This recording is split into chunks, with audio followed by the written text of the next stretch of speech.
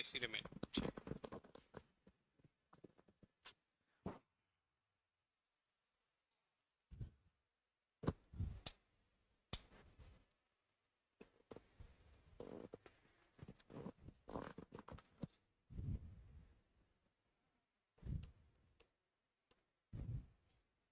इस पे ही चर्चा करेंगे थोड़ी सी, ठीक है। और चर्चा इधर से नहीं होगी, चर्चा उधर से शुरुआत होगी और उसके बाद जो है फिर हम आगे बढ़ते रहेंगे।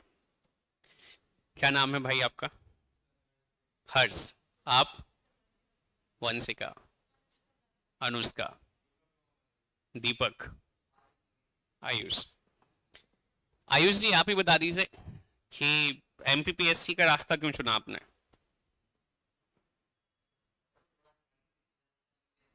नहीं मैंने ये तो पूछा ही नहीं यूपीएससी क्यों नहीं चुना, वाई ओनली फॉर एमपीपीएससी? हाँ हाँ हाँ, ठीक है। आयुष, एमपीपीएससी का फुल फॉर्म बताओ। भैया देखो मैं बहुत अलग तरीके से पढ़ाता हूँ, है ना, बहुत अलग तरीका है, वो पढ़ाना नहीं चाहता, मैं सिर्फ चर्चा करना चाहता हूँ, है ना। I just want to have communication with you people so that I can have a very sound understanding from what stage और what step I have to go beyond, कहाँ से मुझे स्टार्ट करना है, ठीक है। So feel free if you are having anything to ask, there is nothing which you can't ask. आप स्वतंत्र महसूस करिए, जो पूछना है बिल्कुल पूछिए, सब्जेक्टिव पूछना है सब्जेक्टिव पूछिए, बस पर्सनल में हम कभी जाते नहीं है, ठीक है, मित्र मैं बनाता नहीं हूं। You can consider whatever you want consider except one thing, that is a friend to myself. बहुत लंबा समय हो गया, 9 साल हो गए पढ़ाते पढ़ाते मुझे, और मेरा नाम ये जान लो, यहीं से शुरुआत करते हैं, ठीक है। It's been more than 9 years, worked with multiple institutions, and the 7th year is in the progression with this institution only, 7वां साल है इस संस्था के साथ, ठीक है। तो ठीक ठाक चीजें चल रही हैं, तो हम वन वे कम्युनिकेशन में नहीं जाएंगे कि मैं सिर्फ अपनी बात कहता रहूं और आप जो है सुनते रहें और एक बोर्डम की स्टेट जनरेट हो जाए। यूपीएससी या स्टेट पीसीएस जैसे एग्जाम्स वैसे भी आपको जिस स्टेज पर लेकर जाएंगे, जहां आपका सिलेक्शन होगा, वो लास्ट स्टेज होगी आपके साथ डिस्कशन, आपके साथ communication. It really doesn't matter कि आप प्रीलिम्स में कितने हैं, फैक्चुअल डाटा मगअप करने में कितने हैं, या फिर आप चीज़ों को जो है असेंबल करने में कितना है, किस तरीके से असिमुलेट करते हैं, किस तरीके से जगल करते हैं आप। लास्ट में सबसे इंपॉर्टेंट है कि जो चीज़ें आपको आप पिछले पेपर्स में दिखा कर आए हैं उसको कितने कॉन्फिडेंटली आप प्रेजेंट कर सकते हैं, मतलब इंटरव्यू। अभी आप पहली क्लास में थे तो आपको बताया ही होगा कि हम 3 स्टेजेस से पास आउट करेंगे, पहला प्रीलिम्स होगा, दूसरा मेंस होगा, और जब हम आगे बढ़ेंगे तो वो इंटरव्यू स्टेज होगी। और कोई गारंटी नहीं है, you people want me to speak in English or wanna have communication both the languages, कोई है both the languages, है ना। ऐसा तो नहीं है ना कि नहीं sir English medium people, so please do speak in English language only, वो मुझे फिर प्रॉब्लम नहीं होती प्रॉब्लम फिर कुछ समय बाद होना स्टार्ट हो जाती है, जहां आप कहते हैं सर अंग्रेजी बहुत चल रही सर, ठीक है। अच्छा, एक बड़ी अच्छी बात बताता हूँ, I do not speak a single word in English language when I will be there in the Hindi medium class, because I don't want to teach them English, I want to teach them Hindi. तो वहां मैं proper Hindi में पढ़ाता हूँ जब आप Hindi medium में होते हैं। और ये हमारी संस्था की विशेषता है कि हम बाइलिंगुअल बैचेस प्रोवाइड नहीं करते, सेपरेट मीडियम बैचेस और सेपरेट मीडियम स्टूडेंट्स, ठीक है। बहुत स्पष्ट मानना है, कई लोग कहते हैं आप कई संस्थाओं में जाएंगे वहां बाइलिंगुअल बैचेस चल रहे होंगे, वो आपसे कहेंगे कि अरे भाषा जो है वह व्यवधान नहीं होती, language is not a barrier. No, it is a barrier when it comes to exams like UPSC और स्टेट पीसीएस। पता है कैसे? क्योंकि जब आप मीन्स लिखने जाओगे और आपने फैक्ट्स को जो है हिंदी में याद कराए तो बहुत कठिन होगा। बोले नहीं सर हम तो बचपन से सीख कर आए हैं और इंग्लिश ग्रामर हमारी बहुत स्ट्रांग है, बिल्कुल ठीक बात है, लेकिन जब तक इंग्लिश ऐसे नहीं आती कि मन में कोई विचार आया और मुंह से अंग्रेजी में निकला, तब तक इंग्लिश नहीं आती भैया। याद रखिएगा। तो वो सोचने की क्षमता और लिखने की क्षमता, मतलब सोच आप यहां से रहे हो, लिख जो रहे हो वो यहां से रहे हो, तो सीधा ब्लड में इंग्लिश फ्लो होके आए, उसे इंग्लिश कहा जाता है। अब आप हिंदी में सीखो और फिर आप कहो कि हम अंग्रेजी में लिखेंगे, तो 3 घंटे का पेपर है, और एमपीपीएससी वालों को 2 पेपर लिखने हैं, paper 1 paper 2, paper first part 1 part 2। जब आप पार्ट 1 में जाओगे तो 150 नंबर का लिखना है। मतलब मैं व्यक्तिगत अनुभव बता सकता हूँ, ये बोतल जैसे गई थी वैसे ही खाली आई, मतलब वैसे ही भरी आई, sorry. When I appeared for the mains, इस तरीके की एक वाइट बोतल लेके गया था, और बहुत पहले, अभी तो मैं नहीं देता हूँ क्योंकि बहुत लंबा समय हो गया पढ़ाते हुए, तो इट्स बीन मोर देन 4 और 5 years I am not appearing in exams. लेकिन जब दिए, जो भी दिए, वहां मैंने जो भी अनुभव किए वो ये अनुभव रहा कि सिर्फ एक ही चीज आती है, वो है पसीना। और अगर आपने पेन उठा के दूसरे पेन के बारे में सोचा तो आपका मेंस पूरा नहीं होने जा रहा बेटा। तो इसलिए बहुत सारी पेन्स लेके नहीं आना। Either try to write with this that is blue और ब्लैक पेन, क्योंकि कई बार बहुत बेसिक से सवाल आप पूछते हैं सर। जैसे हम सेमिनार्स जब कंडक्ट कराते हैं ना, तो जो हम हमारे स्टूडेंट्स को ही बुलाते हैं जो सिलेक्ट हो गए, आपको ही बुलाएंगे जब आप सिलेक्ट हो जाओगे, तो आप पता है कौन सा ज्ञान दोगे, जो आप हमसे सीख कर आए हो। अच्छा, लेकिन यहां जब बैठे हो ना, तो हमें कम सुनना चाहते हो, ज्यादा उसे सुनना चाहते हो जो हमसे सिलेक्ट होकर आया। अरे भैया तो सिलेक्ट हो गए थे, भैया व्हाट वाज द स्ट्रेटेजी, भैया I am having a doubt whether we can use multiple pens और नॉट। क्या क्या डाउट है? आप उसको ऐसे सोचिए, आप इस पेन को रख रहे हो, इस पेन को उठा रहे हैं, टाइम जा रहा है, और हैं तो 3 ही घंटे भैया, तो आपको तो समय बचाना है। तो ऐसे सवाल आने नहीं चाहिए। और ये आप जैसे जैसे आगे बढ़ते जाओगे ना, first year, second year, third year, जब आप एक प्रीलिम्स दे दोगे, मेंस में बैठ जाओगे, no one can guarantee you the success in the very first attempt, but we the Ravindras can guarantee you that level of standard, that level of potential will be generated when you would be appearing in the very first attempt, you will be satisfied। Success नहीं दे सकता math, क्या कोई नहीं दे सकता जब तक वो आपके इनमें नहीं हो, ठीक है, आप लिखा कर नहीं लाए हो। लेकिन इसके भरोसे नहीं छोड़ा जा सकता ना सब कुछ, कि नहीं अरे हमारे तो गुरुजी ने कहा था कि अरे बेटा यूपीएससी से कलेक्टर बनेगा, अब हम पढ़ नहीं रहे, अब तो कलेक्टर की पोस्ट आएगी, फिर तो तुम कैसे कलेक्टर बनोगे कि एक नेम प्लेट बनवाना और लिख लेना कलेक्टर आयुष। पंडित जी कह गए थे, बन गए कलेक्टर बिना पढ़े, तो ऐसे तो होगा नहीं। तो वो आपको मेहनत करनी पड़ेगी, ठीक है।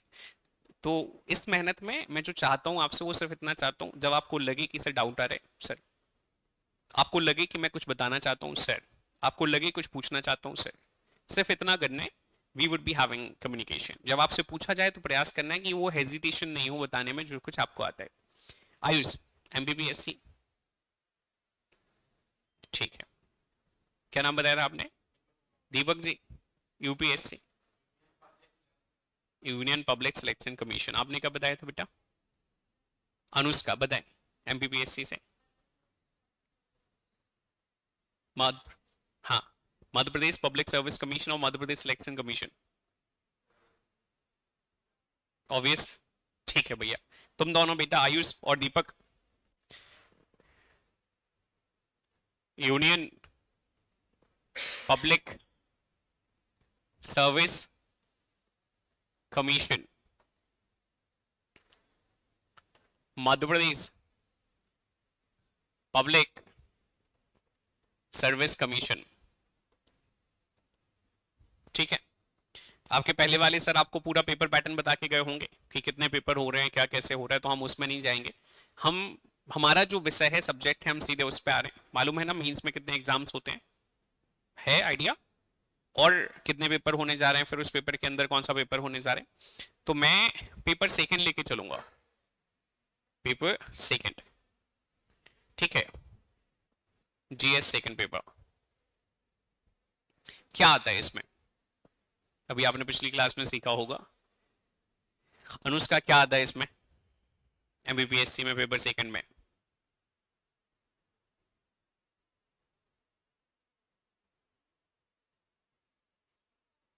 हिस्ट्री, पॉलिटी, ज्योग्राफी आती है। चलो भैया क्या आता है?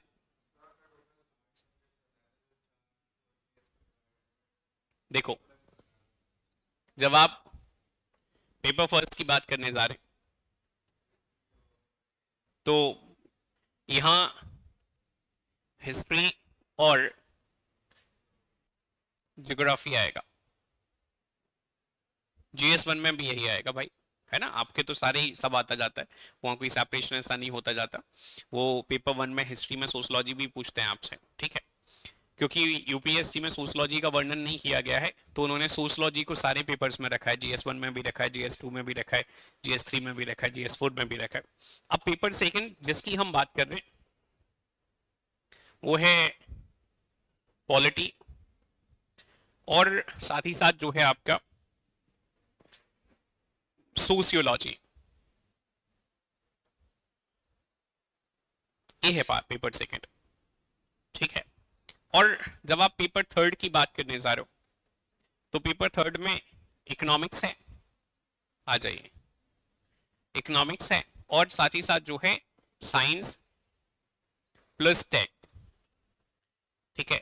साइंस, साइंस एंड टेक्नोलॉजी, ये पेपर फोर का हिस्सा है। जब आप पेपर सॉरी थर्ड का हिस्सा है। पेपर फोर में जब आप जा रहे हो तो पेपर फोर जो है ये आपके एथिक्स का पेपर है। एथिक्स आने जा रहे हैं और एथिक्स के साथ साथ इसमें आपका जो है जो बिजनेस है, एंटरप्रेन्योरशिप, वो आने जा रहा है। इसमें मैथ्स भी आएगा, ठीक है? इसमें मैथ्स भी इंक्लूडेड है। और जब आप पेपर फाइव की बात कर रहे हो तो ये हिंदी का पेपर है। और पेपर सिक्स की आप बात करने जा रहे हो तो ये ऐसे का पेपर है। लिख लीजिए भैया, बहुत जरूरी है। आपने वो सुना है कि गधे और घोड़े के जो कार्य करने का तरीका है उसमें क्या अंतर है? घोड़ा हमेशा कौन सा वर्क करता है? स्मार्ट वर्क करता है। और गधा हमेशा कौन सा वर्क करता है? वो सिर्फ वर्क करता है, उसमें स्मार्ट का कोई ऑप्शन नहीं है। जैसी गाजर दिखाओगे वैसा वर्क करता चला जाएगा। So we have to be smarter, तो हम सीधा स्मार्टर वर्क करेंगे। ऐसे ही आपके में भी आ रहा है, सेम पैटर्न है, यही फॉलो किया जाएगा। आपको जो कोर सब्जेक्ट्स पढ़ने वहां, वो हिंदी और इंग्लिश वाला जो सेगमेंट है वो पेपर वन पेपर टू में आ जाएगा, ठीक है? संस्था ने आपको एक बुकलेट दी होगी, एक सिलेबस का कुछ दिया है क्या इंस्टीट्यूशन से, जिसमें सिलेबस मेंशन है? एक बार दिखाइएगा क्या दिया है। अच्छा, ये आपको मेंस आंसर राइटिंग के लिए बुकलेट दिए, ठीक है? मैं बोल दूंगा तो अभी आपके पास एक सिलेबस की बुकलेट जो है वो आ जाएगी। आपके पास है ऐसा सिलेबस वाली? है आपके पास? बताइए। एक ऐसी बुकलेट मिलेगी आपको, ले लीजिएगा। वैसे दी होगी अगर आप नीचे गए होंगे तो। ये हमारे चेयरमैन सर हैं, ये मैं हूँ, ठीक है? बाकी आप देख लीजिएगा। इसमें सिलेबस दिया हुआ है एमपीपीएससी और यूपीएससी का। तो अगर इसके बावजूद आप जानना चाहते हैं कि हिस्ट्री क्या कवर कर रहा है, ज्योग्राफी में क्या आ रहा है, वो बहुत जरूरी है।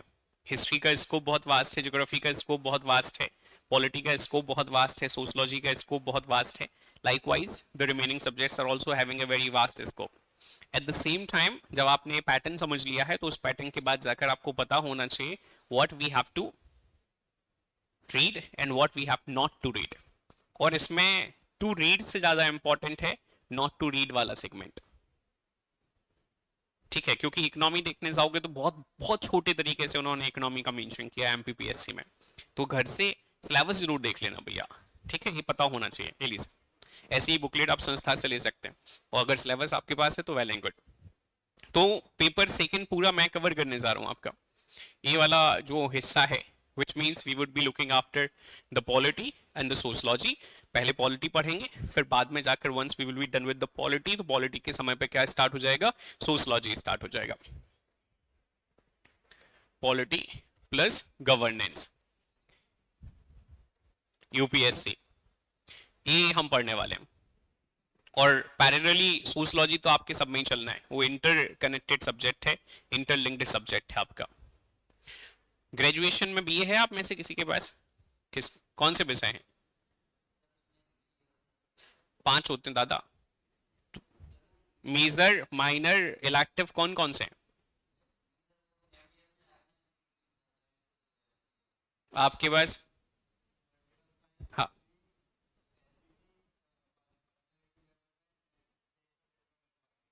ठीक है। आपका 12th हुआ है सबका भी, आपका ग्रेजुएशन हो गया, क्या किया है, क्या चल रहा है?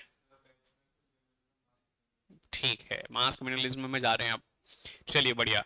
पॉलिटिकल साइंस और पॉलिटी में रेफरेंस है, सवाल ये है। 12th पास हैं आप दोनों, ह्यूमैनिटीज था, ठीक है, ह्यूमैनिटीज में कौन सा था? What is the difference between polity and the political science? You was not having the polity, you was having the political science when it comes to the humanities stream and the graduation stream. But when it comes to the this, that is the competitive exam hub, you will be or we will be calling it polity, हम उसे polity बुलाएंगे अभी। अंतर क्या है? हाँ,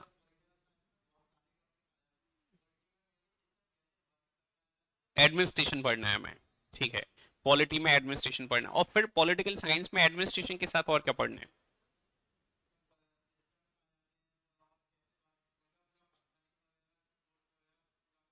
चलिए, ये समझ आ गया। पहले मैं क्या पढ़ाऊंगा, सबसे इंपॉर्टेंट ये है कि मैं पेपर सेकंड, पार्ट सेकंड पढ़ाने जा रहा हूँ, पेपर सेकंड पढ़ाने जा रहा हूँ, चाहे वो यूपीएससी का हो चाहे एमपीपीएससी का हो, जिसमें हम पॉलिटी, गवर्नेंस और सोशलॉजी पढ़ने वाले हैं, ठीक है। आगे बढ़ेंगे भैया। अब आ रहे हैं आपके पॉलिटिकल साइंस जो विषय है,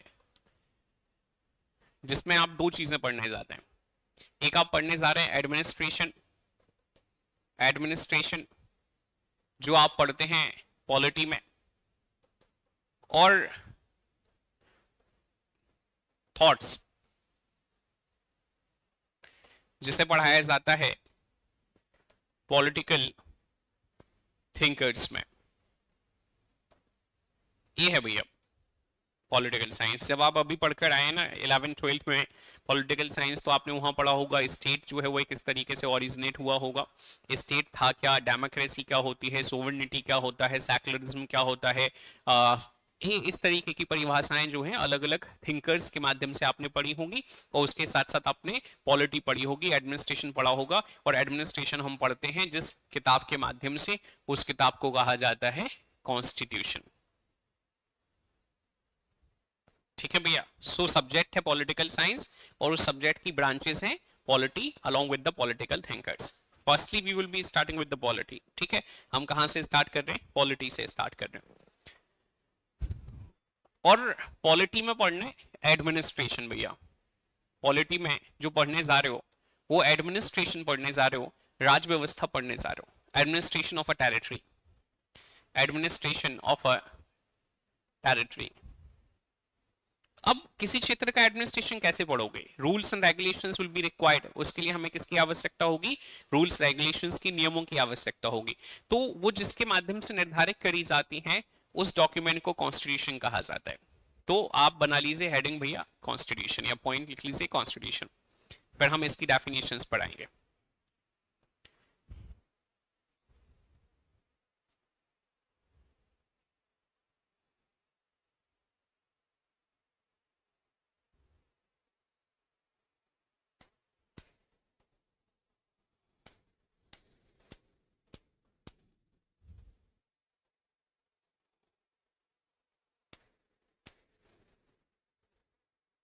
बड़े देखिए, a fundamental document, a fundamental document, a fundamental document according to which, according to which a state is constituted, a state is constituted and governed, and governed, a fundamental document according to which a state is constituted or governed।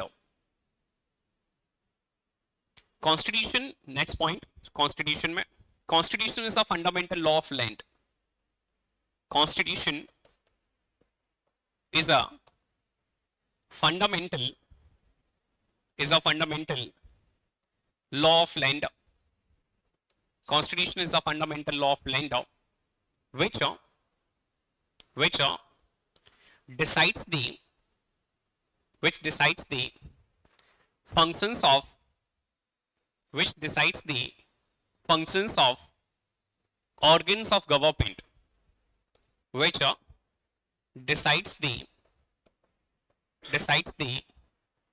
functions, powers, responsibilities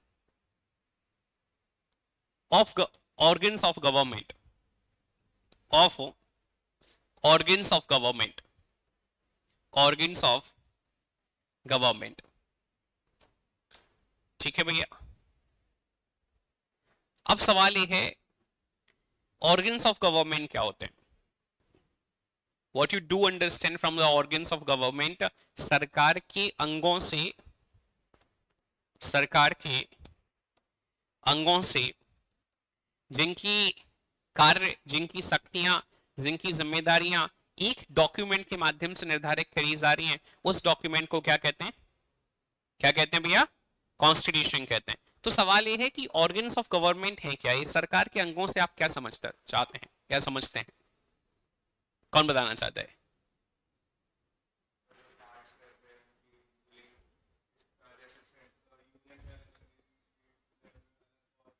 चलो मतलब सवाल दूसरा पूछना है मुझे, सवाल ऐसे ही कर लेते हैं। Government in India eight how many levels. आप यहां से और बेसिक से शुरू करना चाहते हैं, और बेसिक से शुरू किया हमने, हम पहले सरकार पे आ रहे हैं, सरकार के अंगों को बाद में जाएंगे भैया, है ना, और बेसिक में जा रहे हैं। भारत में सरकार कितने लेवल्स पर नजर आती है, हाँ कितने लेवल पर, 3 लेवल पे, कौन कौन से, हाँ हाँ, अच्छा चलो, और कोई, एनीबडी एल्स, तो 4 हो गए फिर, मतलब तीसरा, government at how many levels in India. क्योंकि देखो आप किसकी बात कर रहे हो, सबसे पहले ना अपने दिमाग को थोड़ा क्लियर करो, ये मत कहो कि हम लिख रहे हैं, उसे समझो कि हम लिख क्या रहे हैं। हम एक ऐसे डॉक्यूमेंट को पढ़ना चाहते हैं जो सुप्रीम लॉ ऑफ लैंड है, देश का सर्वोच्च कानून है, जिसके माध्यम से सरकार के अंगों के कार्यों को निर्धारित किया जाता है। Functions, powers, responsibilities of organs of government are decided और डिटरमाइंड।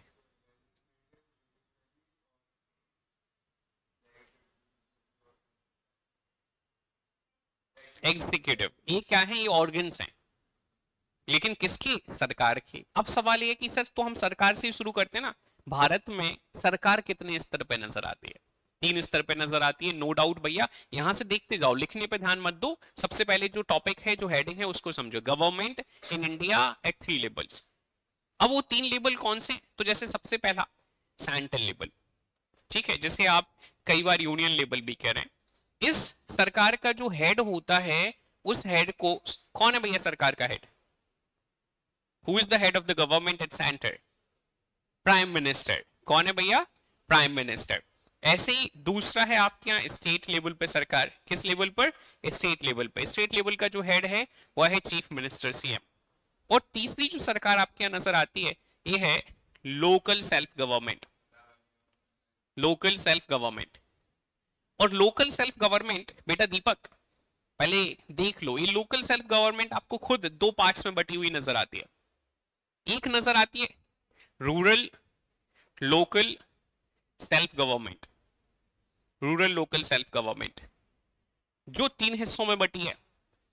एक आपका विलेज पंचायत, विलेज पंचायत, अगला है जनपद पंचायत, और अगला है डिस्ट्रिक्ट पंचायत, जिला पंचायत। ठीक है, ये डिस्ट्रिक्ट पंचायत हो गया, पी स्टैंड्स फॉर पंचायत, ठीक है। और ऐसे ही यहां पर है urban local self government, urban local self government. और अर्बन लोकल सेल्फ गवर्नमेंट का मतलब है फिर 3 स्तर, म्युनिसिपल काउंसिल, म्युनिसिपल काउंसिल, अगला है म्युनिसिपैलिटी, म्युनिसिपैलिटीज, और अगला है म्युनिसिपल कॉर्पोरेशन, म्युनिसिपल कॉर्पोरेशन। ये है भैया सरकार भारत में।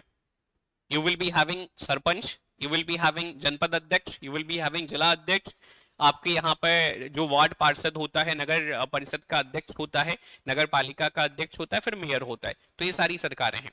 इन सरकार की अंगों की बात कर रहे हैं कि भैया चाहे सरपंच साहब हो, चाहे जनपद अध्यक्ष साहब हो, चाहे जिला अध्यक्ष साहब हो, चाहे कोई भी अध्यक्ष साहब हो, सब जिस डॉक्यूमेंट के हिसाब से काम करेंगे, सारी जो हेड हैं, सारे जो मुखिया हैं, उनकी जो शक्तियां हैं, पावर्स, रिस्पॉन्सिबिलिटीज, ड्यूटीज, फंक्शंस, जिसके माध्यम से डिसाइड करे गए उसे क्या कहते हैं? कॉन्स्टिट्यूशन कहते हैं। तो पहले ये लिख लो, government in India at 3 levels, government in India at 3 levels.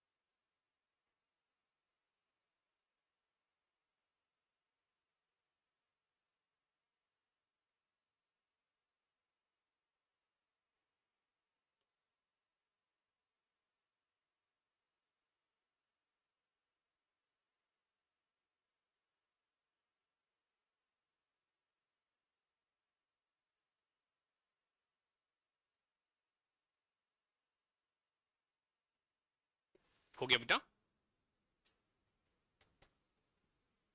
हो गया? समझ आ रहे हैं?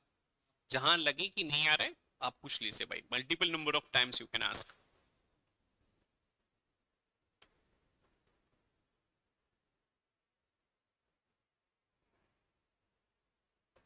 अब हमें क्या समझना है बेटा? हम फिर वापस आ रहे हैं और हम समझेंगे ऑर्गन्स ऑफ गवर्नमेंट को। किसको समझना है हमें? ऑर्गन्स ऑफ गवर्नमेंट, जिसके फंक्शंस को डिसाइड किया जा रहा है डॉक्यूमेंट के माध्यम से। अब हम उस पर फिर से चर्चा करेंगे कि सर वो ऑर्गन्स क्या हैं सरकार के, क्योंकि आपने सरकार तो बता दी, लिख लिया आपने? हो गया इधर? ठीक है। तो ऑर्गन्स ऑफ गवर्नमेंट की जब आप बात कर रहे हैं, ऑर्गन्स ऑफ गवर्नमेंट, ये है लेजिस्लेटिव बॉडी, लेजिस्लेचर या लेजिस्लेटिव, एग्जीक्यूटिव और जुडिशरी, और जुडिशरी। लिख लीजिए भैया, ऑर्गन्स ऑफ गवर्नमेंट। फिर आपको मुझे बताना है कि what kind of functions are done by the legislature, what kind of functions or what are the responsibilities of the executive, what are the responsibilities of the judiciary in the country.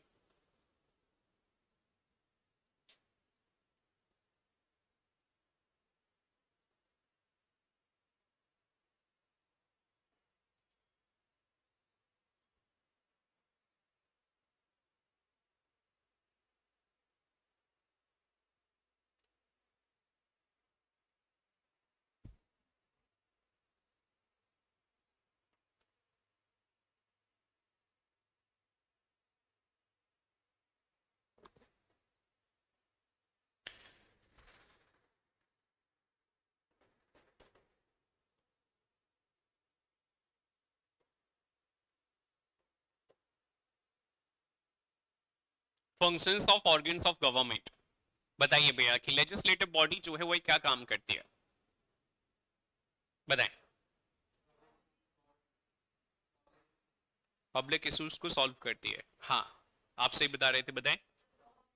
इसका काम है to legislate the laws, to legislate the laws, ये कानून बनाती है भैया।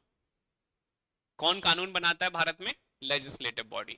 सरकार, जैसे हमने केंद्र सरकार की बात करी, केंद्र सरकार भैया संसद में बैठती है, और संसद का मतलब है हम लोकसभा की बात कर रहे हैं और हम राज्यसभा की बात कर रहे हैं। तो लोकसभा और राज्यसभा में जो सांसद बैठ रहे हैं वह सांसद लेजिस्लेटिव बॉडी का हिस्सा है, सारे सांसद। All the members of the parliament are the part of the legislature, they are referred as legislative, ठीक है, because they will be helping out the country by determining the laws in the country, ये देश में कानून प्रदान करेंगे। समझ आ गया भैया? क्लियर है? तो आप लेजिस्लेटिव बॉडी में क्या कहने जा रहे हैं कि टू लेजिस्लेट द लॉज, वही लिख लीजिएगा जहां आपने ऑर्गन लिखा है उसी में हाइफन करके लिख लीजिए to legislate the laws in the country, to legislate the laws in the country. और अगर वहां जगह नहीं है तो आप लिख सकते हैं functions of organs of government, फिर लेजिस्लेटिव और उसमें लिखिए to legislate the laws, to legislate the laws. हो गया? एग्जीक्यूटिव बॉडी क्या करती है? इंप्लीमेंटेशन करती है। ये क्या करती है भैया? To implement the laws, to implement the laws, ये इंप्लीमेंटेशन का काम कर रही है। अब एक बात बताओ, अभी हमने डिस्कस किया था, अच्छा anybody of you want let me know the number of members of house of the people and the council of state? आप में से कोई मुझे जो है, जिसे हम हाउस ऑफ पीपल कहते हैं, जिसे हम काउंसिल ऑफ स्टेट कहते हैं, इसमें जो मैक्सिमम मेंबर्स हो सकते हैं उनका नंबर बताना चाहते हैं कि लोग 573 in the and in the council of state. बताएं। 230। Anybody else? कोई और बताना चाहता है बेटा? देखो जो लिख रहे हो ना उसकी जब तक समझ नहीं होगी ना तब तक कुछ नहीं होगा। तो आपने लिखा कि सर जो लेजिस्लेटिव बॉडी है वह है, अभी लिखना यहां ध्यान से देखिएगा, सर भारतीय संविधान के हिसाब से 550 और 250 ज्यादा से ज्यादा मेंबर्स हो सकते हैं, कहां पर? लोकसभा में और राज्यसभा में। फिर अभी वर्तमान में कितने हैं? तो बोले सर वर्तमान में जो है आपके 543, ये 543 और सर 245, ये है मैक्सिमम मेंबर्स, ये है प्रेजेंट मेंबर्स। ठीक है, ये है प्रेजेंट मेंबर्स, ये है मैक्सिमम मेंबर्स। तो ये चाहे इन्हें जोड़ दो चाहे इन्हें जोड़ दो, ये लेजिस्लेटिव है, ये लेजिस्लेचर का काम करते हैं, लेजिस्लेट करने का काम करते हैं, लॉ बनाने का काम करते हैं। फिर सवाल ये है कि जिसे आप एग्जीक्यूटिव कह रहे हैं वो है कौन? नहीं, ब्यूरोक्रेट्स तो नहीं भाई, वो तो आप बनने जा रहे हो। तो आप जो है एग्जीक्यूटिव कैसे हुए? सरकार का हिस्सा कैसे हुए? आप तो प्रशासनिक सेवाओं को देख रहे हो, आप इंप्लीमेंट कर रहे हो, असिस्ट कर रहे हो उन लोगों को जो लॉस को लेजिस्लेट करवा रहे हैं। Who will be referred as executive at the central level? Who will be referred as executive at the state level? ऐसे ऐसे समझो, we are referring the members of House of the People and members of Council of State as the part of legislative body, which means आपके total 788 members जो हैं at present legislation का काम करते हैं along with the president, क्योंकि जब तक राष्ट्रपति साइन नहीं कर देगा तब तक लॉ नहीं बनेगा भैया। तो राष्ट्रपति उन सभी मेंबर्स के ऊपर बैठा हुआ है, वो लेजिस्लेशन का काम कर रहे हैं। एग्जीक्यूटिव कौन है? नहीं, अपोनेंट्स भी तो आ गए इसमें, सारे मेंबर्स बैठे, president, vice president, council of ministers, मतलब संसद में जो मंत्री बैठते हैं जैसे प्रधानमंत्री, गृह मंत्री, वित्त मंत्री, ये जो मिनिस्टर्स कह रहे हैं आप, इन्हें एग्जीक्यूटिव कहा जाता है, क्योंकि अपोजिशन के members they are not the part of executive. तो सरकार में जो मंत्री हैं, फिर उपराष्ट्रपति है, राष्ट्रपति है, वह एग्जीक्यूटिव है। दे आर हैविंग, जैसे आप 5 बैठे हैं या 6 बैठे हैं, इसमें से मैंने 2 लोगों से कहा कि भाई जब तुम लोग जाओ तो थोड़ा लाइट वाइट पंखे पंखे देख के जाना या रिस्पॉन्ड करते जाना, ऑफिस चले जाना, तो मैंने 2 को रिस्पॉन्सिबिलिटी दी, रिमेनिंग को नहीं दी। So these are the part of the executive, I am the part of the executive, I have given them the responsibility. समझ आया भैया? तो ये एग्जीक्यूटिव है टू इंप्लीमेंट द लॉस। यही पढ़ेंगे आप आगे जाकर कि सेंटर पर एग्जीक्यूटिव कौन है, स्टेट पर एग्जीक्यूटिव कौन है। फिलहाल आपको ये समझना है कि एग्जीक्यूटिव काम क्या करता है, to implement the laws, laws जो बना दिए गए हैं उनका प्रॉपर क्रियान्वयन हो रहा है, उनको प्रॉपर लागू किया जा रहा है या नहीं किया जा रहा है, इसका काम करता है।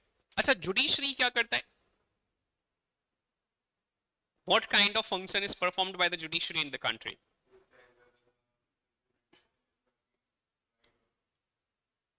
Anybody else?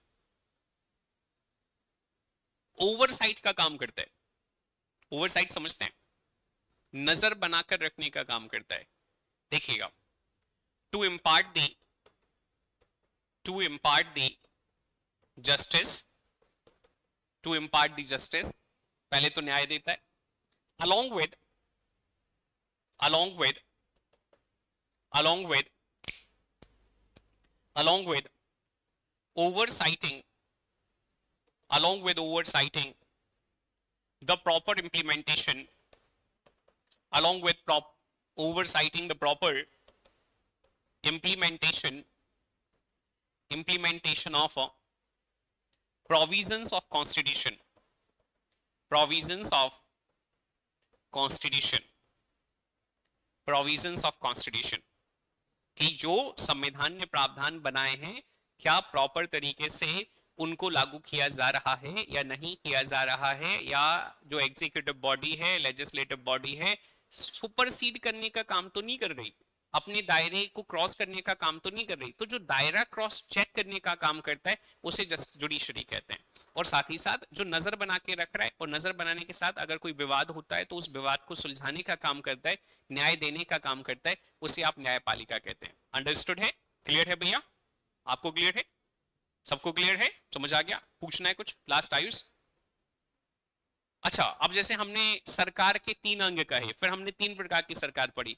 देखो भाई, यहां से समझना कि जैसे सर आपने 3 प्रकार की सरकार पढ़ाई, तो यहाँ जो आप सेंटर की गवर्नमेंट की बात कर रहे थे, यहाँ लेजिस्लेटिव एग्जीक्यूटिव कौन है और जुडिशरी कौन है?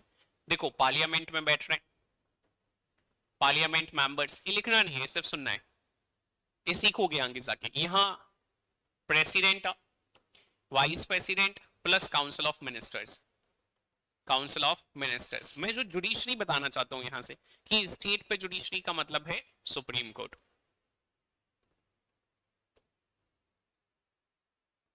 स्टेट पे जो जुडिशरी है उसे आप क्या कह रहे हैं? सुप्रीम कोर्ट कह रहे हैं। और सॉरी, सेंटर पर, और यहां जो है ये है मेंबर्स ऑफ स्टेट लेजिस्लेचर, हाँ, मेंबर्स ऑफ स्टेट लेजिस्लेचर। दूसरा गवर्नर आ गया आपका, प्लस काउंसिल ऑफ मिनिस्टर्स आ गए, और उसके बाद जाकर यहां high court plus subordinate courts, plus subordinate courts. तो सरकार कैसी भी हो, कोई भी हो, किसी भी स्तर पे हो, लेकिन उसके अंग कितने होंगे? हमेशा हमेशा अंग कितने होंगे? 3। ऑर्गन्स कितने होंगे? 3। पहला ऑर्गन क्या होगा? Legislative body. दूसरा ऑर्गन क्या होगा? Executive body. तीसरा ऑर्गन क्या होगा? Judiciary. It really does not matter whether which we are talking about which form of government or which level of government. All the governments in the country will be having 3 organs, and their functions, their responsibilities, their powers will be decided, will be determined by a document, a fundamental document, which is referred as constitution in that country. Understood है? समझ आ गया? Heading to the next one, अगली definition की ओर बढ़ेंगे। लिखना start करिए भैया। Constitution is a document of people's faith and aspirations. Constitution is a document of people's faith and aspirations. Constitution is a document of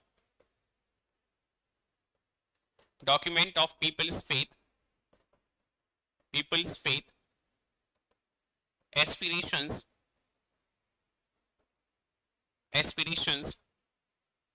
people's faith, aspirations,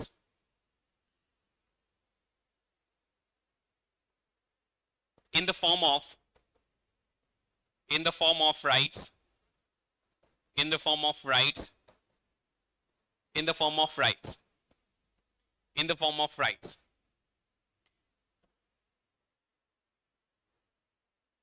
This document,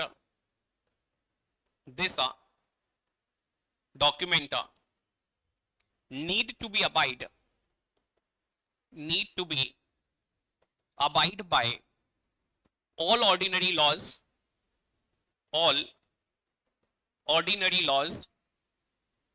in the country, and that's why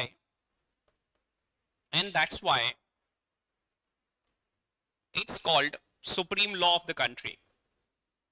It's called supreme law of country. Supreme law of country. कई बार बहुत आसान सी definition आपने सुनी होगी, संविधान which means supreme law of the land. अब सवाल यह है कि सर संविधान को सुप्रीम लॉ क्यों कहा जा रहा है? देश में लॉ बनाने वाली बॉडी तो लेजिस्लेटिव बॉडी है, जो सेंटर पे बना रही है, जो स्टेट पे बना रही है। तो यहां आपको याद रखना है कि सर जो भी कानून बनाए जाएंगे वह सभी कानून जिस दस्तावेज को फॉलो कर रहे होंगे उस दस्तावेज को क्या कहोगे भैया? कॉन्स्टिट्यूशन।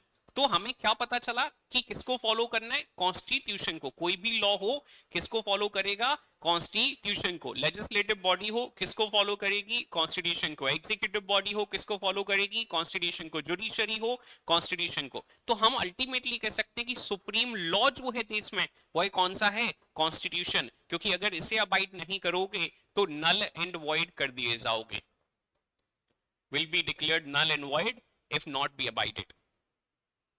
यदि किसी कानून, जो कोई कानून बनाया गया और वह संविधान के प्रावधानों का, संविधान के प्रोविजंस को फॉलो नहीं करता है, उनके नियमों को नहीं मानता है, तो उसे शून्य कर दिया जाएगा भैया, और वह भारत में फिर इंप्लीमेंट नहीं हो पाएगा। यह भी कॉन्स्टिट्यूशन कहता है। तो संविधान ने सब कहा है, इसलिए हम उसे क्या कहते हैं? Supreme law of the land. ठीक है भैया, एक और बढ़े, आगे बढ़िएगा। It's a living document, it's a living document, it's a living document of people's aspirations, it's a living document of people's aspirations, it's a living document of people's aspirations that defines the fundamental values, that defines the fundamental values, that defines the fundamental values, and it grows and it grows and evolves and it grows and evolves and it grows and evolves according to the and it grows and evolves according to the needs and aspirations, according to the needs according to the needs, जैसी आवश्यकताएं होंगी वैसा बदलाव कर दिया जाएगा। according to the needs and aspirations and aspirations, जैसी लोगों की अपेक्षाएं होंगी उस अपेक्षाओं को ध्यान में रखते हुए संविधान में परिवर्तन कर दिया जाएगा। तो यह जीवंत दस्तावेज है, लिविंग डॉक्यूमेंट है भैया। ऐसा नहीं है कि रिजिड है, जो बना दिया गया वही मानना होगा। It's a flexible, it's a document of blend of rigidity as well as the flexibility. इसमें मिश्रण है कठोरता का और लचीलेपन का। कठोर कि भैया हम इन चीजों में बदलाव नहीं करेंगे, दीज आर द फंडामेंटल और basic doctrine of the constitution, ये संविधान की मूल भावना है, इसमें परिवर्तन नहीं होगा। But at the same time आपकी जो आवश्यकताएं हैं उसके अनुरूप हम उसमें क्या करते चले जाएंगे? संशोधन करते चले जाएंगे। इसलिए संविधान को लिविंग डॉक्यूमेंट कहा जाता है भैया। लिविंग डॉक्यूमेंट जो क्या कर रहा है? बोले सर ग्रो कर रहा है और साथ ही साथ इवॉल्व कर रहा है समय के साथ साथ, और समय में किसके साथ साथ? बोले नीड्स और एस्पिरेशंस के साथ साथ। अंडरस्टूड है? एक बार पढ़ लीजिए, फिर हम आगे इंडियन कॉन्स्टिट्यूशन पर आएंगे सीधे। ये हमने भारतीय संविधान की बात नहीं करी बेटा, this we have discussed about the constitution only. ये हमने सिर्फ संविधान की बात करी है। कोई पूछे संविधान से क्या समझते? बोले सर ये सब समझते हैं, आप बताओ आप क्या जानना चाहते हो? ठीक है, और यकीन मानिएगा बेटा यूपीएससी 23 या 24 में ये सवाल पूछा गया था, प्रीलिम्स में 24 में पूछा गया था। व्हाट आर द फंक्शंस और importance of constitution for a country? Options थे, it determines the functions of organs of government. देखिए आप पहले दिन सीख जाते हैं। संविधान के बारे में पूछा था कि देश के लिए संविधान क्यों आवश्यक है। तो सर देश को चलाने के लिए, देश का गठन करने के लिए जिस दस्तावेज की आवश्यकता होती है उसे संविधान कहा जाता है। आपने थोड़ा बहुत यदि पढ़ा होगा तो आपको बताया गया होगा कि भैया जब हम 26 जनवरी या 15 अगस्त 1947 में आजाद हुए तो उस दिन कोई राज्य नहीं था। There was no state in the country. There were princely states along with the British governor provinces. जैसे आज हमारा भारत है, यहां देखिएगा भैया, बस ये समझ लीजिएगा कि मैं बहुत सारे सब्जेक्ट पढ़ाता हूँ, ठीक है, बहुत सारे। मतलब when I started in the year of 2017 I was dealing with more than 17 disciplines of the social science. ठीक है, फिर मैंने धीरे धीरे धीरे धीरे उनको सीमित किया, और अभी मैं कुछ ऐसे सब्जेक्ट्स पढ़ाता हूँ जो सब नहीं पढ़ाते, जैसे सोशलॉजी हो गया, जैसे पब्लिक एडमिनिस्ट्रेशन हो गया, जैसे पॉलिटिकल थिंकर्स हो गया, डिजास्टर मैनेजमेंट हो गया, तो कुछ इस तरीके के सब्जेक्ट्स में जाता हूँ। बाकी ये तो हम ऐसे ही पढ़ लेते हैं। दूसरा एक और पॉइंट जो समझना है कि सबसे पहले जो पढ़ाना चाहता हूँ वो है इतिहास, history. The very first love towards teaching it's belongs to the history. Polity तो हम ऐसे ही पढ़ लेते हैं हंसते हंसते, कोई बात ही नहीं, क्योंकि हिस्ट्री से अच्छा कोई सब्जेक्ट नहीं है। It might be tough to hear, ये कठिन हो सकता है सुनने, है ना, कानों को अच्छा नहीं लगे, बोल सर हिस्ट्री जैसा बोर सब्जेक्ट कठिन के, आप आसान कैसे कह रहे हो? वो सबसे अच्छा सब्जेक्ट है, और सारे सब्जेक्ट अच्छे हैं, बस रिप्रेजेंटेशन थोड़ा ठीक हो जाए। और अगर आपका कोई कमजोर है तो आप जिम्मेदार नहीं हो। The one who was standing here and was delivering he was weak, that's why आपको कठिन हो गया। या फिर आप मक्कारी थे तो एक अलग बात है, ठीक है, वो फिर पूरी तरह से अलग बात हो सकती है। अब देखो भैया, हम तो मैं ज्योग्राफी की बता रहा था, ये इसलिए बता रहा था कि ज्योग्राफी इसलिए नहीं पढ़ाता ताकि अभी नहीं थोड़ी देर में तुम हंसने लगो कि अच्छा सर ये आपका भारत है, ये क्या है भैया, मछली, सो कॉल्ड इंडिया। ठीक है, यही इंडिया है जो आपको बस यही बुरा है जो झेलना है मेरे अंदर, ठीक है, बाकी सब ठीक ठाक है, सिर्फ ये बेकार है, इस वजह से हम ज्योग्राफी में नहीं जाते हैं। तो ये इंडिया है, इस इंडिया में आपको क्या क्या नजर आता है? आज का भारत, मोदी जी का भारत, पहले गांधी जी का हुआ करता था, आजकल मोदी जी का भारत है, ठीक है। तो आज के भारत में आपको स्टेट्स नजर आते हैं, यूनियन टेरिटरीज नजर आते हैं, और क्या नजर आता है? आइलैंड्स नजर आते हैं, वो इसी का हिस्सा है। तो यूनियन टेरिटरी, एक और टेरिटरी होती है। भारत के क्षेत्र को तीन हिस्से में बांटा गया है भारतीय संविधान से बेटा। When we look after the very first article of Indian Constitution, the territory of India has been divided into three forms. The very first is a state, the second is union territory, and the third one is humanities था आपके पास, आप political science के साथ जा रहे हैं। मैं भारतीय संविधान का सबसे पहला आर्टिकल पूछ रहा हूं आपसे, बेटा हम बहुत अलग सिखाते हैं, है ना, हमारी सिखाने की क्षमताएं बहुत अलग है, और हम सबसे पहले बहुत बेसिक सिखाते हैं जो ज्यादा जरूरी है, ठीक है, रटाने वाले कॉन्सेप्ट नहीं है। भारत पढ़ने आए हो तो आपको पता होना चाहिए कि आर्टिकल 1 कहता है कि भारत के क्षेत्र को हम तीन हिस्सों में डिवाइड कर रहे हैं, और वह है स्टेट, और दूसरा आपका यूनियन टेरिटरी, और तीसरा आपका एक्वायर्ड टेरिटरीज। आर्टिकल 1। अब उसके बाद जाकर ये आर्टिकल 1 है, ठीक है। अब आपको मुझे नंबर बताना है, आपने क्या नाम बताया था अपना? Harsh. How many states at present? How many states at 28? Anybody from you people with wanna go with 29 or 27? 29, 28, 29, 29, 29, 28, 29। अभी देखो, एक जब 28 कह रहा था तो सारे 28 कह रहे थे। अच्छा, आप 29 कहना चाह रहे हैं, तब भी आप 28 कहना चाह रहे थे, अभी तो 29 कह रहे थे, आप 29 बोल रहे हैं। चलो भैया देखो, आपने यहीं से सीखना शुरू कर दिया।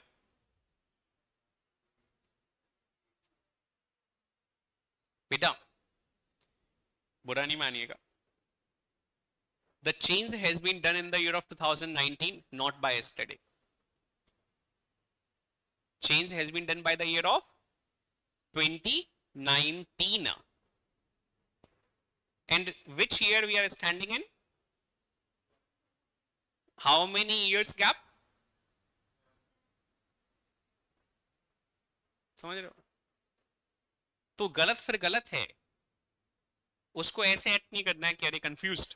कंफ्यूज तो उसके लिए होते हैं जो कल बदला हो या जो रोज हो रहा हो, ये तो 7 साल पहले हो गया था, ठीक है। How many? 28। अच्छा, यूनियन टेरिटरीज 7, 8, अरे बताना तो है भाई, बस यही तो देखो, यहां से स्टार्ट हो गया मतलब, वी हैव स्टार्टेड 9, 7, 8, 9, 8, 10, 7, 8, 9, 10, हर्ष 8 है 9, हाँ देखो भैया 8, नीदर 9 नॉट 10 नॉट 7। अब एक और बात सुन लो भैया, which year we are standing in 2026। Take this on a light note, है ना, ये हल्के नोट पे लेना है, मजाकिया अंदाज में लेना, परेशान नहीं होना। 2020 was the last time when it was updated, ठीक है, तो अभी कितने हैं, 8 हैं भैया।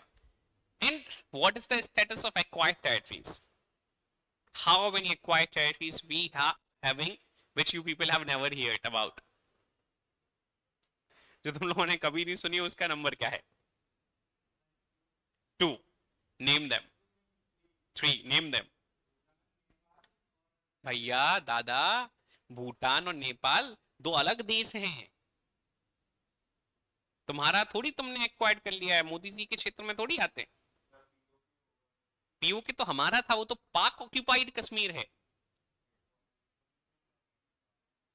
Eight present we are having 0 acquired territory, but it can be there as per which article, which article, as per article 1।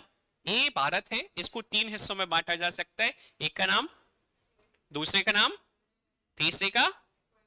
अब सवाल ये पूछो कि सर अगर आज 0 है तो क्या, अच्छा भारत एग्जिस्टेंस में कब आया, please do let me know, as per constitution कब आया? 15 अगस्त 1947 में भारत भारत बना, जिसके लिए हमने नियम बनाए, वो नियम बनाए 26 नवंबर 1949 में, उन नियमों को लागू किया 26 जनवरी 1950 में। तो अब आपके मन में सवाल ये आना चाहिए कि सर आजाद होने के बाद क्या हमने किसी टेरिटरी को एक्वायर किया है? क्या स्वतंत्रता से लेकर पिछले 70 साल या 75 साल के भारत में कभी क्या हमारे पास कोई एक्वायर्ड टेरिटरी रही है? ये सवाल होना चाहिए।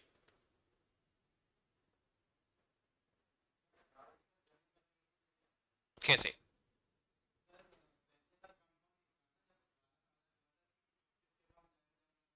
हम्म,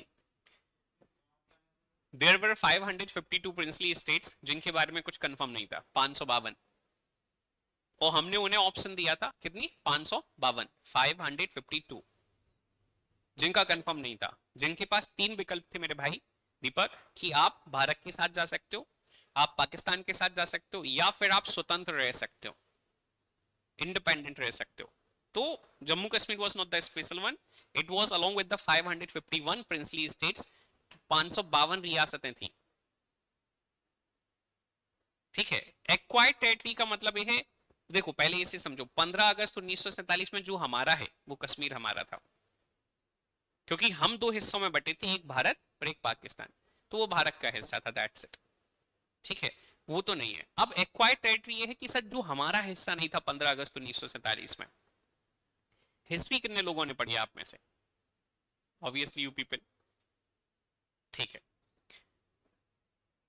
मॉडर्न हिस्ट्री में, परेशान नहीं होना, बहुत कठिन सवाल नहीं है, नहीं आता है तो मैं बता रहा हूं, मॉडर्न हिस्ट्री में कौन कौन से यूरोपियंस भारत आए, मॉडर्न पीरियड में कौन से यूरोपियंस भारत में व्यापार करने के लिए आए, ट्रेड करने के लिए आए?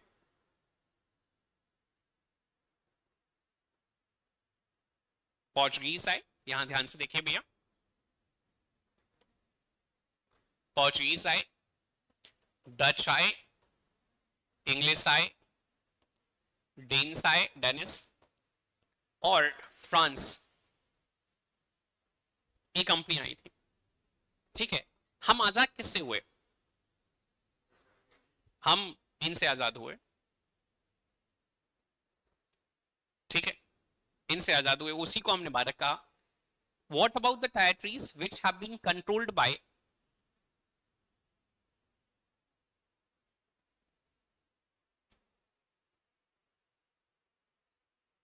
what about the territories which have been controlled by Portuguese and the France?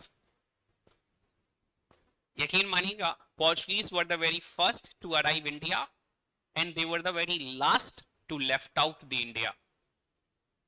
Portuguese were the very first to arrive India and they were the very last to left out India.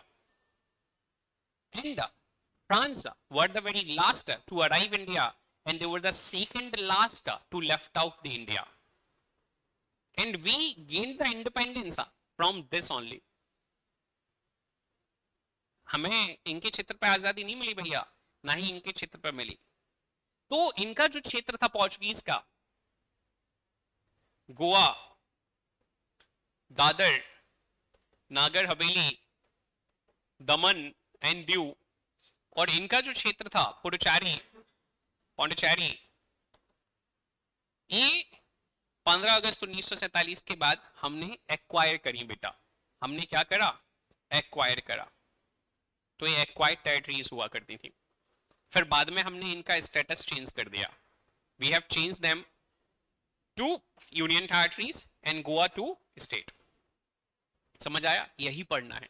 तो मैंने पहली definition जो लिखाई है ना constitution की, वो पढ़ो जरा जल्दी से। अब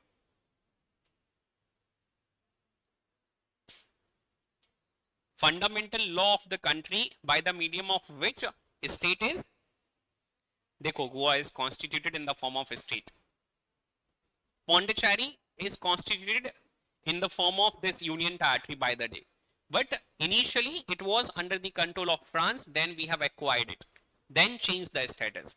तो ये सब कुछ जिस डॉक्यूमेंट के माध्यम से हुआ उस डॉक्यूमेंट को क्या कह रहे हो बेटा? कॉन्स्टिट्यूशन कह रहे हो। समझ आया? तो राज्य बनता है तो संविधान के हिसाब से बनता है, राज्य में जो व्यवस्थाएं चलती हैं तो वो संविधान के हिसाब से चलती हैं, जो आपकी अपेक्षाएं हैं, आकांक्षाएं हैं, एक्सपेक्टेशंस हैं, वो सब सरकार का काम है, रिस्पॉन्सिबिलिटीज है कि फुलफिल करी जाए। इसके लिए कई बार संविधान में क्या करा जाता है? संशोधन, अमेंडमेंट्स करे जाते हैं। अंडरस्टूड है? इस वजह से हम संविधान को क्या कहते हैं? लिविंग डॉक्यूमेंट कहते हैं, जीवंत दस्तावेज कहते हैं, क्योंकि उसमें वह amendment over the period of time आप कर सकते हैं according to the needs and the experience of the people. Understood है? चलिए, that's it for the day. समय समाप्त हो गया भैया, थोड़ा जल्दी हो जाता है। When it comes to this हो जाएगा, पता ही नहीं चलेगा। तो इसके आगे की चर्चा हम कल करेंगे, ठीक है? कल इंडियन कॉन्स्टिट्यूशन पे चर्चा करेंगे। By the day we have discussed about the constitution. We will be heading in the chronological order, and that is more essential when it comes to UPSC and the state PCS kind of exams. If you would be trying to breach out the chronological order, it will be very disastrous and harmful. वो बहुत कठिन हो जाएगा भैया, ठीक है? चलिए, thank you. Sorry, आवश्यकताएं बताइए, आप सरकार से क्या चाहते हैं? It is NEEDS, है ना? I have done the masters in the English, and that's why I hope you do understand the Jivaji form of examination pattern.